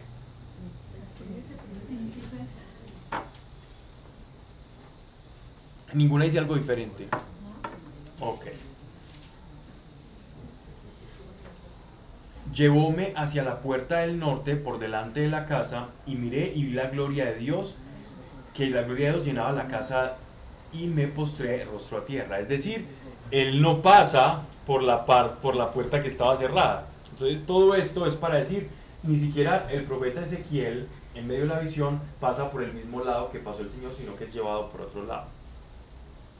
Pasas por la puerta, dice, llevóme hacia la puerta del norte por delante de la casa, y miré y vi que la gloria del Señor llenaba la casa de su casa, y me postró rostro a tierra. Verso 5. Dios me dijo: hijo de hombre, pon atención, mira con tus ojos y oye con tus oídos todo lo que voy a hablar contigo. Mira con tus ojos y oye con tus oídos. Uno dirá, pues eso es como una redundancia, ¿no? Pero ¿cuál era la expresión de nuestro Señor Jesucristo a sus discípulos y a aquellos que le escuchaban, aquellos oyentes? El que tenga ¿qué? Es exactamente lo mismo que nuestro Señor está diciendo acá. Pon atención, mira con tus ojos y oye con tus oídos, para hacer énfasis que lo que va a decir es importante. Que voy a hablar contigo sobre todas las ordenaciones de la casa y todas sus leyes. Pon atención a todas las entradas de la casa y a todas las salidas del santuario. Y di a los rebeldes, a la casa de Israel: así dice el Señor, Yahweh, basta ya de abominaciones, oh casa de Israel, de traer extranjeros incircuncisos de corazón y de carne. Esta expresión incircuncisos de corazón se empieza aquí a tocar por primera vez. La incircuncisión del corazón y de la carne. Porque si algo caracterizaba al pueblo de Israel es que su espiritualidad era muy materialista. ¿En qué sentido lo digo? En que ellos se sentían judíos por cumplir un pacto o una norma. Pero uno puede cumplir un pacto y una norma y lejos estar del corazón o del principio que fundamenta esa norma o que produce esa norma, porque detrás de cada norma se esconde un principio que proyecta, que hace posible esa norma, ¿cierto? ¿Cuál es el principio, por ejemplo, de no desear a la mujer del prójimo? El principio es el amor por el prójimo.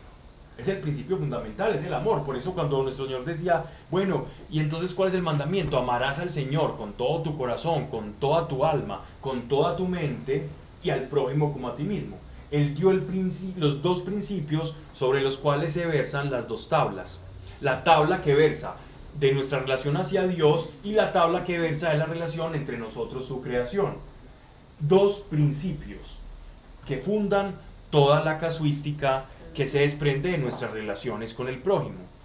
Y el Sermón del Monte, en realidad, son los principios sobre los cuales está fundamentada toda la ley. Toda la ley y los profetas se resumen en el Sermón de la Montaña. Son puros principios. Nuestro Señor Jesucristo siempre habló con principios. Y cuando lo intentaban llevar al plano de la casuística judía, que eran súper políticos y supremamente buenos abogados, los judíos siempre querían llevar todo a la casuística. Bueno, entonces si pasa esto y si este tiene tantas esposas, entonces en la segunda, entonces cuando en la resurrección de los muertos, ¿de quién va a ser la esposa? Siempre querían llevar un principio que era muy claro a una casuística hiperbolada, irrisoria. Y es precisamente esto lo que nuestro Señor nos está dando acá. Y es, como eran tan materialistas y todo lo veían en casuística, en lo material, creían que si yo me circuncidaba y cumplo estos parámetros, entonces ya voy a estar bien con Dios. Pero aquí Dios les está diciendo, ustedes pueden creer que están cerca por el cumplimiento de mi pacto. Pero ojo, hay una incircuncisión del corazón, porque su corazón cumple unas cosas, pero no obedece al primero de los principios que yo les di en el Sinaí. Me amarás con todo tu corazón, dice, con todo tu lev, que es la traducción del hebreo a corazón, con todo tu corazón acá, con todo tu nefesh, con toda tu alma y con toda tu mente. Es decir, con todo lo que integra al ser humano, con todo lo que con todas las potencias humanas, nosotros tenemos que amar al Señor. Y eso no lo están cumpliendo, solo con su carne. Yo puedo estar en la casa de mis padres hasta los 18 años y emanciparme y digo, ¿sabe qué? Yo cumplí acá, pero yo nunca estuve de acuerdo con ustedes, y irme a vivir una vida de lapidación y de, qué sé yo, demostrando que mi corazón siempre estuvo alejado de la casa de mis padres. Eso es lo que él está diciendo, esa es la incircuncisión del corazón, palabras que usa mucho el apóstol Pablo. Y en la carta a los Gálatas, él le dice incluso a algunos de la iglesia también, oh Gálatas insensatos, ustedes empezando en la gracia, después terminaron en la esclavitud de la ley, diciéndole, ustedes siempre estuvieron lejos de la gracia, ustedes lo que tuvieron fueron unos simpatizantes de Cristo, pero lejos de Cristo estuvieron. ¿Ibas a decir algo? No. Para que entren en mi santuario, contaminen mi casa, mientras vosotros me ofrecéis mi pan, el sebo y la sangre, quebrantando así mi alianza con todas vuestras abominaciones, y no guardando lo establecido acerca de mis cosas santas. Entonces hay cosas que son santas. Miren que la santidad no necesariamente tiene una implicación moral. La santidad implica cosas que son apartadas para que soporten la presencia Shekinah de Dios. Eso es la santidad. Nosotros soportamos la presencia del Espíritu Santo en nuestros corazones porque fuimos rociados y santificados con la sangre de Cristo sobre nosotros. Igual que los utensilios del templo son consagrados a Él, nosotros fuimos consagrados por su sangre. Por eso es que soportamos la presencia del Señor. Y por eso es que no hacemos cortocircuito con Él, como iglesia. Y por eso es que el Pentecostés pudo ocurrir, porque ellos estaban santificados por su sangre. Este es mi cuerpo y esta es mi sangre que será derramada para ustedes y para el beneficio de muchos. Antes y... Pablo, perdón, pero es que la santificación siempre tiene que ir con sangre. Recuerda que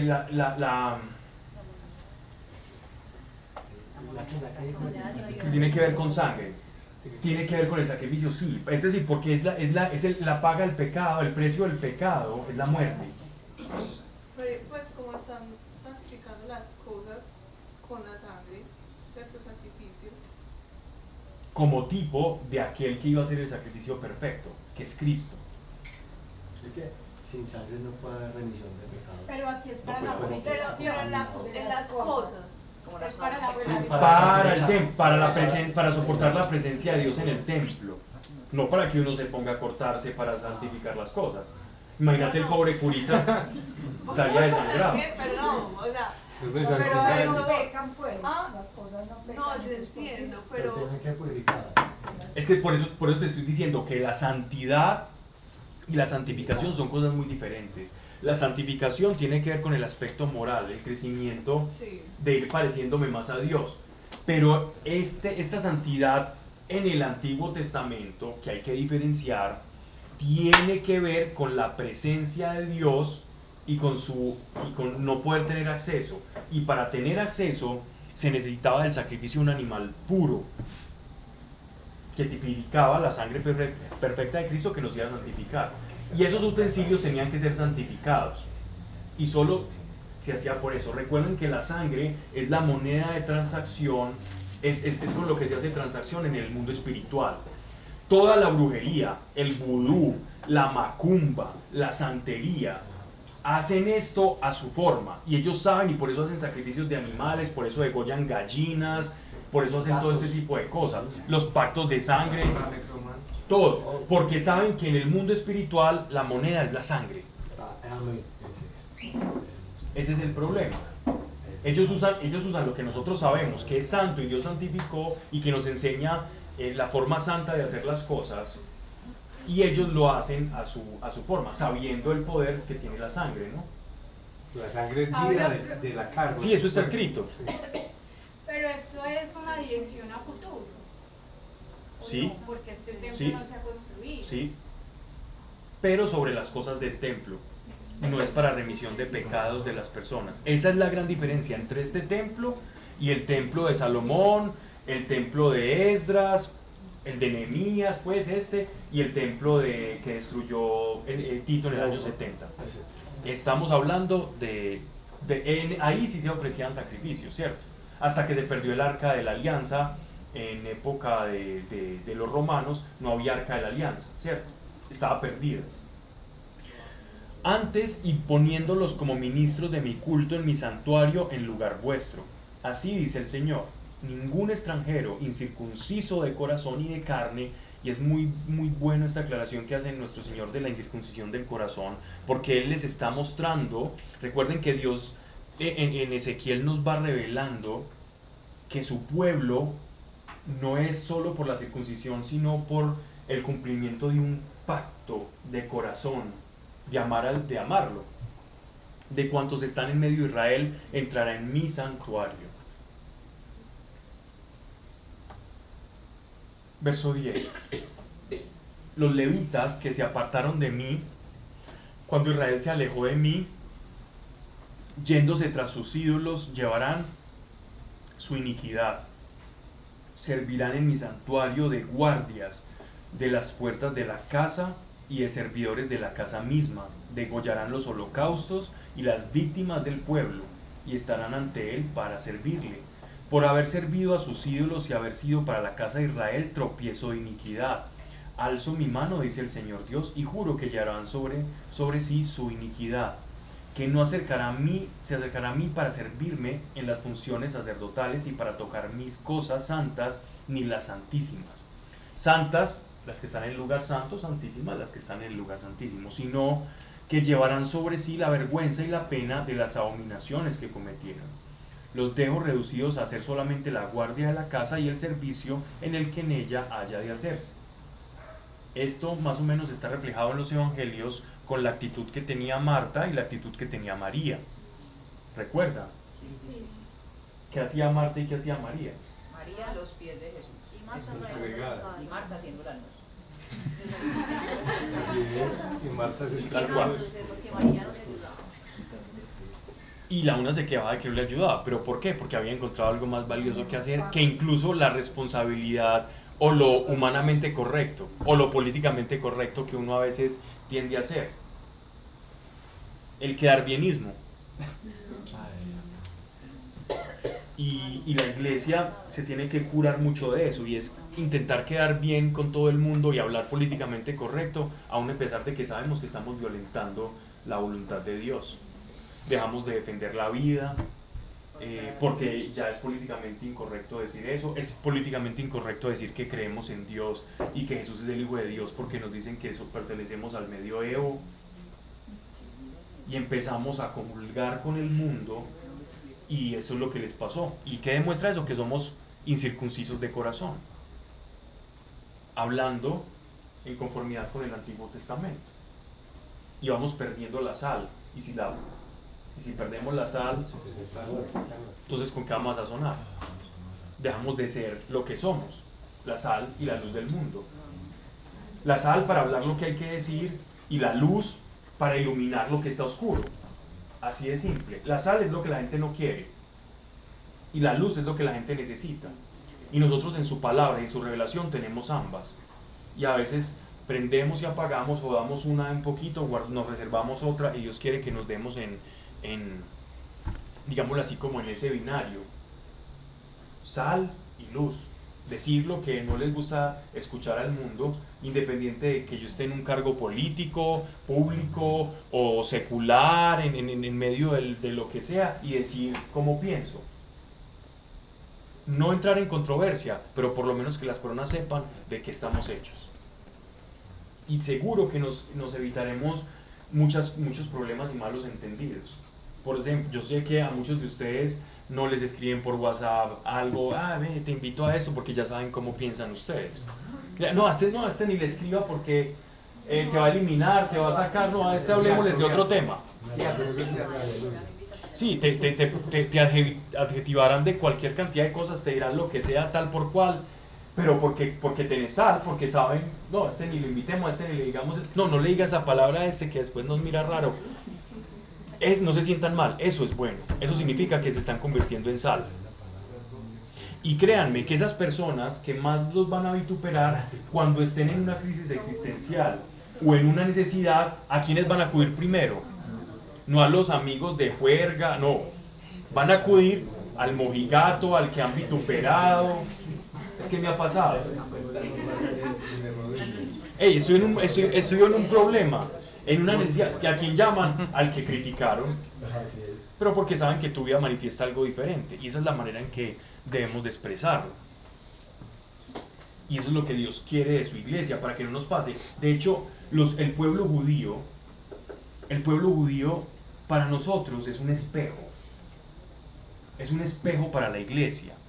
Para nosotros es muy fácil decir, pero esta gente veía unos milagros, les llovían cornices del cielo y les caía el solomito del pulpito, las alitas ahí, y ellos comían, y después renegaban y dicen, pero ¿cómo es posible? Pero miremos nuestra vida. Hemos sido llamados por Dios, hemos tenido experiencias en las que Dios nos ha hablado, nos ha prevenido de cosas, hemos tenido éxtasis con el Señor, el enamoramiento de aquel amor primero cuando llegamos al Evangelio y somos seducidos por la gracia del Señor, y el sabernos perdonado nos hace amar el doble, y todos hemos experimentado eso, y después va pasando el tiempo, caemos en el coloquio de la vida y se nos va olvidando. Y ahí alguien que estuviera leyendo nuestra vida, digamos uno de esos ancianos de los que hablan en el Apocalipsis, está en el libro de la vida leyendo nuestra vida y dice, vea Dios se le manifestó, Dios lo sanó, Dios lo sacó de este problema, le mostró lo mismo. Lo mismo, ellos son un espejo. Entonces nosotros no podemos menospreciarlos, sino aprender para no caer en los mismos errores. Ellos son nuestro espejo. Mirémonos en los ojos de los judíos, que ellos son un ejemplo para nosotros. Tampoco nos vamos pues a judaizar, porque es terrible, porque estaríamos negando la gracia que nos fue dada a nosotros como iglesia. Pero debemos orar por ellos, incluso nosotros estamos llamados a orar por Israel. Eso está ahí, eso está escrito.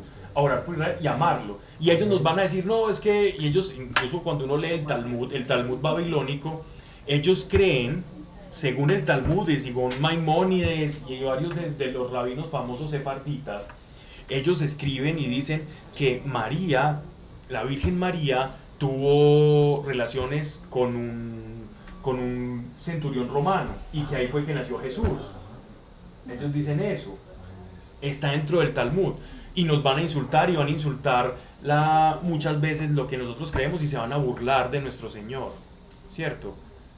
Pero aún así Dios tiene una promesa con ellos, y nosotros les debemos respeto, porque son como nuestros hermanos mayores en la fe. Lo que ellos digan o no de Jesús, eso es problema de ellos con Dios. Nosotros debemos para ellos oración. Y gracias a ellos Claro. que somos hoy. Eso lo dice el apóstol Pablo. Gracias a la cerrazón de su corazón, nos dio paso para que los gentiles nos volviéramos iglesia. Bien.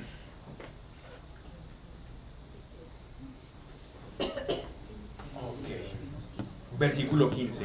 Los sacerdotes levitas, hijo de Sadoc, que guardaron el ordenamiento de mi santuario cuando se apartaron de mí los hijos de Israel, serán mis allegados para ministrar. La palabra ministro significa servidor. Ministrar significa servir. Un ministro es alguien que sirve. Pero aquí, cuando uno se acerca de un ministro del Interior, el ministro de Hacienda, el señor... Él nos debería lavar los pies en el buen sentido de la palabra. Y no me confundan con algún izquierdoso, sino que lo que estoy hablando es que ministro es el que sirve. Alguien que está puesto ahí para servir. Eso no sirve. Ante mí y ofrecerme la grosura y la sangre, dice el Señor. Esos entrarán en mi santuario y se llegarán a mi mesa, guardando mi ordenamiento. Cuando entren por las puertas del atrio interior, se vestirán de vestiduras de lino. No llevarán sobre sí lana, cuando oficien en las puertas del atrio interior y dentro del templo. Esto de no llevar lana es bien interesante. ¿Cómo estaba vestido Juan Bautista? Con pieles. ¿Pieles de qué animal? De camello. ¿De camello o de carnero? Camello. Ah, sí, camello. Piel de camello eran las vestiduras o de silicio, pues. Estaba vestido Juan Bautista. Jesús, ¿cómo estaba vestido? ¿Cómo era el atuendo de nuestro Señor? Era no tenía Una túnica sin costuras de una sola pieza, ¿Pero de qué material? de lino, 100% lino. sin mezcla. Y por eso no podía tener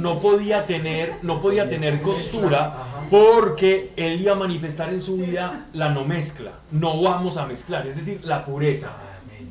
Y Juan Bautista iba a consagrar o a encarnar con su propio atuendo la impureza, es decir, lo profano.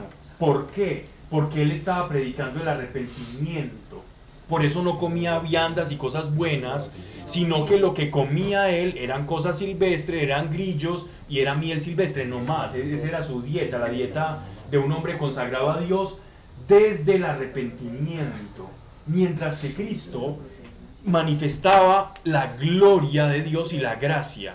En su mismo atuendo, él encarnaba su mensaje. Dime. Pablo, cierto que entonces por eso es que hay una parte de Mateo que dice que les hablé como que arrepiéntanse. Correcto.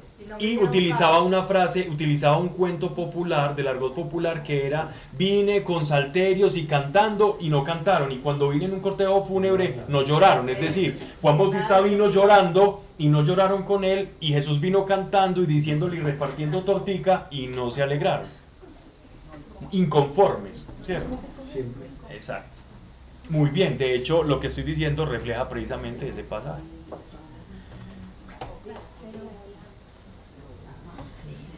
No llevarán sobre sí lana cuando oficien en las puertas del atrio interior y dentro del templo, es decir, la no mezcla. El judío no come animal o no hibridan. Los judíos no hibridan. Por ejemplo, una mula para un judío es un animal impuro. Las hibridaciones son abominaciones. ¿Saben por qué? Porque les recuerda a ellos lo que pasó antes del diluvio, el mundo prediluviano, y lo que pasó antes del arco, los nefelims. Pero ya hablaremos de eso en otra oportunidad. Es decir, la pureza del ser, de la sangre y de todo. Llevarán tiaras de lino sobre sus cabezas y calzones de lino a sus lomos, y no se ceñirán para no sudar. Pero cuando hayan de salir al atrio exterior al pueblo, se quitarán las vestiduras con que se hace el servicio, y dejándolas en las cámaras del santuario, se vestirán de otro vestido para santificar al pueblo con sus vestiduras. Cuando nuestro Señor muere y resucita, él es revestido con otras vestiduras. Esto es pero cuando hayan de salir al atrio exterior al pueblo, se quitarán las vestiduras con que se hace el servicio, y dejándolas a la cámara del santuario, se vestirán otro vestido para no santificar al pueblo con sus vestiduras. Porque las vestiduras están santas y el pueblo en esos momentos está impuro. Y la que es la santificación, no es que ella se la ponen y va a ser santos, no, la santificación, el cortocircuito. Les va a producir es lo que recuerdan cuando unas personas allá cuando estábamos leyendo el libro de José, ¿cierto? Cuando venían en el arca, que ellos le toman el arca a los filisteos, cuando estábamos leyendo Jueces, perdón, ¿qué pasó con unas personas que tocaron el arca sin la forma? Les dio lepra.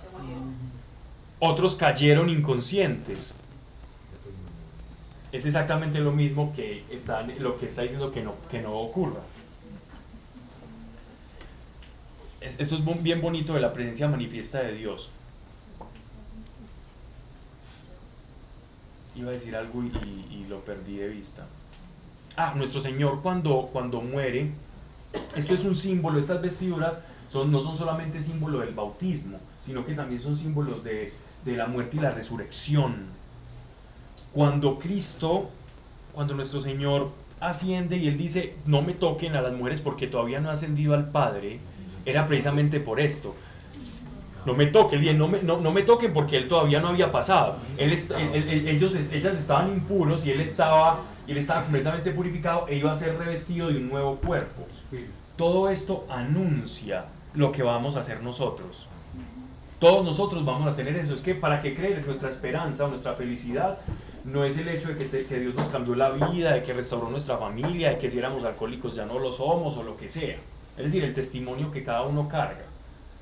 Sino que lo grande, el llamado grande que nosotros tenemos es que vamos a resucitar. Eso es lo que decimos en el credo. Creemos en la resurrección de los muertos y la vida eterna. La vida eterna es un cuerpo glorioso al igual que Él como primero de muchos hermanos. Verso 20, no se raparán la cabeza ni dejarán crecer sus cabellos, motilando sus cabezas. Es decir, es una especie de voto de nazareato. Así era Juan Bautista. Juan Bautista era un hombre de pelo largo, de melena. Recuerden el caso de Sansón, que también era un nazareo. Un nazareo era una forma en la que ellos se consagraban a Dios. Y había otra forma de hacer un nazareato temporal. El nazareato temporal, tenemos 10 minutos ya para terminar. Ese nazareato temporal lo hacían ellos para cumplir votos por un favor que Dios había hecho. Leemos en los viajes de Pablo en Hechos de los Apóstoles que Pablo regresa a Jerusalén en su segundo viaje para cumplir un voto y él se rapa su cabeza, es decir, se dejó crecer el pelo y después va ya a rapar su cabeza en cumplimiento de esos votos. Cuando él lleva unas colectas que recogió en las iglesias de Asia Menor. Ni dejarán crecer sus cabellos, mutilando sus cabezas. Ningún sacerdote beberá vino cuando haya de entrar en el atrio interior. No tomarán por mujer ni viuda ni repudiada. Repudiada significa aquella mujer por la cual se le dio lo que se llama carta o libelo de repudio, que leemos en el Levítico dentro de la ley, que era una institución instaurada por Moisés, bajo la cual una mujer que no cumplía la finalidad conyugal, pudiera ser por fornicación, por adulterio o por otra causa, el hombre entonces iba donde un sacerdote, donde un juez, y le expedía, le decía, líbelo de repudio, esta mujer fue repudiada por su marido porque no está cumpliendo los fines para los cuales fue el matrimonio. Entonces los sacerdotes no podían allegarse a una mujer que había sido repudiada porque tenían que ser ejemplo de santidad. A los hombres les iba muy mal. A los hombres les iba también muy mal. Si el hombre igual, si fornicaba y todo eso, le pasaba. Era apedreado, claro. Y lo peor de eso, lo que pasa es que al hombre se le exigía no solamente esto, sino ser el sacerdote de la casa. Entonces era alejado y apedreado y también sacado de la comunidad israelita, ¿cierto? Pero generalmente las mujeres en la sociedad y en la vida familiar han sido más bien portadas, ¿cierto? Sino virgen de la casa de Israel o viuda de sacerdote. Podían entrar con una viuda, una mujer que enviudase, pero que hubiera sido de un sacerdote. Con ella sí podría estar, no la viuda de una persona de otra tribu. Era como las ordenanzas. Enseñarán a mi pueblo a distinguir entre lo santo y lo profano, y a discernir entre lo puro y lo impuro.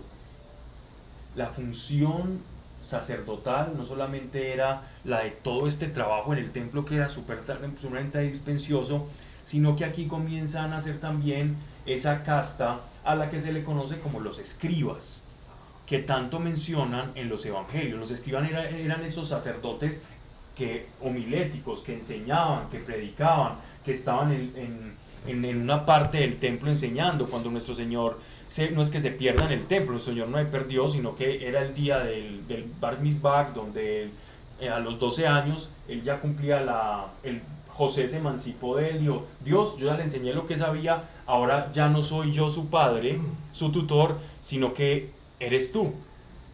Y entonces por eso él le replica cuando María y José lo estaban buscando, venga, pero usted ¿por qué se nos perdió? Y le dice, no, es que yo estoy en los asuntos de mi padre. Él se tomó en serio su bar mitzvah, es decir, él se tomó en serio su mayoría de edad y dedicándose a los asuntos de su padre, porque ya José había cumplido lo que la ley estipulaba, que era enseñarle al niño hasta los 12 años la Torá. Y Jesús cumplió, por eso él cumplió la ley siempre a cabalidad. No fue que él se perdió, fue que él sabía lo que hacía. Y él estaba hablando con ese escriba, hablándole de las verdades del reino. Y ellos se maravillaban de por qué un niño sabía todas esas cosas si no había estudiado en la escuela de ellos, ni en la de Gamaliel, ni todas estas personas. Sino virgen de la casa de Israel, obvio sacerdote, enseñarán a mi pueblo a distinguir entre lo santo y lo profano y discernir entre lo puro y lo impuro. Lastimosamente la iglesia está muy callada y ya no enseñamos esto, a discernir entre lo puro y lo impuro, sino que lo políticamente correcto nos tiene completamente eclipsados. Y el profeta Isaías, que lo leímos el año pasado o el antepasado, no sé, hablaba de que en estos tiempos a lo bueno le llamaremos malo y a lo malo le llamaremos bueno. Y entonces, ¿dónde hay alguien que llame a lo malo malo y a lo bueno bueno? Si no somos nosotros, si somos los que estamos llamados a esto. Los sacerdotes de Israel incumplieron parte de su pacto y solo se dedicaron a enseñarse ellos mismos y a no enseñarle al pueblo. Por eso Dios levanta al Mesías, y el Mesías va a ser el que va a enseñar al mundo. El Mesías va a enseñar al mundo. Y lo ha enseñado: juzgarán los pleitos conforme a mis leyes y guardarán mis leyes y mis preceptos en cuanto a todas mis solemnidades y santificarán mis sábados. No entrarán a muerto alguno para no contaminarse, solo por el padre o la madre, el hijo o la hija, el hermano o la hermana que no haya tenido marido, se contaminarán. Verso 26. Después de su purificación contarán 7 días. Y el día en que entre en el santuario, en el atrio interior, para oficiar el santuario, ofrecerán su expiación, dice el Señor. Es decir, los sacerdotes, cuando muera alguien de su familia y todo eso, van a tener que retirarse para poder tener ingreso. Necesitan un periodo de purificación y de santificación. Porque siempre son 7 días. Porque el 7 es la creación. Recuerden que la numerología bíblica, cuando digo numerología no me refiero a la numerología de las de libretica de supermercado. Me refiero que toda la nomenclatura, la numerología bíblica se hace con base a los días de la creación, ¿cierto? Donde el 7 representa el día de reposo, el día de Dios, el día de un ciclo de creación. Por lo tanto es lo perfecto: 70 veces 7, 7 esto, 7 el otro. El 4 y el 40 en las escrituras, por ejemplo, simboliza una generación o una vida, o la madurez. Vida, madurez o generación. La madurez de Moisés, cuando Dios lo llama, 40 años. ¿Cuánto tiempo pasó el pueblo de Israel en el desierto? 40 años. O dice, y también, y Jacob y todo, vamos a ver en la vida de ellos el 40, que significa madurez, proceso, porque la madurez implica un proceso, o una generación. El 40 nos da eso. El 6 es un número que se utiliza para el hombre, para definir todo lo que concierne al hombre. Y de ahí ya extraemos el 666 como el número de hombre, y el número de un hombre exalzado a la potencia de Dios, el hombre que se hace Dios a sí mismo y que se desprende de toda necesidad de Dios. El anticristo. Exacto. Sí, el anticristo, exacto. En cuanto a su heredad, seré yo. ¿Por qué su heredad seré yo? Recuerden que los levitas, en la repartición que hace Jacob, que hace Dios y Jacob cuando está en el lecho de muerte, los levitas no tenían tierra que trabajar o que labrar, porque sus ocupaciones no les permitían tener otro tipo de trabajos o ingresos. Por lo tanto, los levitas ellos devengaban del diezmo de las demás tribus. Entonces, ¿qué es la heredad? Ustedes no tienen tierra, su tierra soy yo. No les daréis posesión en Israel, pues su posesión seré yo. Se alimentarán de las ofrendas, de los sacrificios por el pecado y por el delito, y será para ellos cuanto en Israel se ha dado al anatema. El anatema, recuerden la ley del anatema, se utilizaba también como los botines de guerra. Los botines de guerra eran consagrados al anatema, es decir, cosas que pertenecen a Dios. Verso 30. Las primicias de todos los primeros frutos de toda suerte, de cuanto ofreceréis, serán para los sacerdotes, y daréis también a los sacerdotes las primicias de vuestras masas, para que en vuestras casas repose la bendición. Es decir, este acto en el que el sacerdote se dedica al pueblo y al ofrecimiento, a ser oferente y a ser mediador entre el pueblo y Dios, va a traer bendición para aquellos que también están dentro de la ordenanza de Dios. Por eso dice, y eso es lo que dice Malaquías, pero que algunos ya lo llevan a un extremo inadecuado. Serán para los sacerdotes, y haréis también los sacerdotes las primicias de vuestras masas, para que en vuestras casas repose la bendición. O sea, la bendición es una consecuencia del caminar con Dios. No comerán mortecino alguno, ni desgarrado, sea ave o bestia. Dejemos aquí, llegamos a las 9:30, y ya para la próxima charla yo creo que, no sé si estaremos terminando. Versículo 44, ¿qué? Ya terminamos, vamos a empezar el 45. Sí. Vamos a seguir con las disposiciones y ya vamos yéndonos a un libro, ya que estamos terminando Ezequiel, vamos a ir buscando un libro del Nuevo Testamento que podamos iniciar. Podemos ver una carta que no sea muy extensa, porque en Romanos también nos quedamos como 7 meses. La carta de Santiago ya la vimos. Porque la idea sería ver una carta apostólica y una epístola, y después de pronto empezar otra vez nuevamente con Apocalipsis, porque veo que hay forma. ¿Y por qué no vamos de una vez para allá, Pablo? Porque ya nos quedamos, es decir, el Apocalipsis se nos va por ahí hasta febrero del próximo año. Sí, entonces ver otra carta como para... Porque ya Apocalipsis ya es un tema más denso y nos va largo. Nosotros nos demoramos casi un año enseñando Apocalipsis. Bueno, uno no enseña la Biblia, uno la vive, pero hablando de Apocalipsis. Bueno, muchas gracias, Padre. Te damos a ti, Señor, por tu amor, por tu presencia. Que ninguna cosa que se haya dicho acá, Señor, que no esté de acuerdo a tu voluntad, Señor, erradíquela, Padre, sáquela de nuestra mente y que no vaya a nuestro corazón.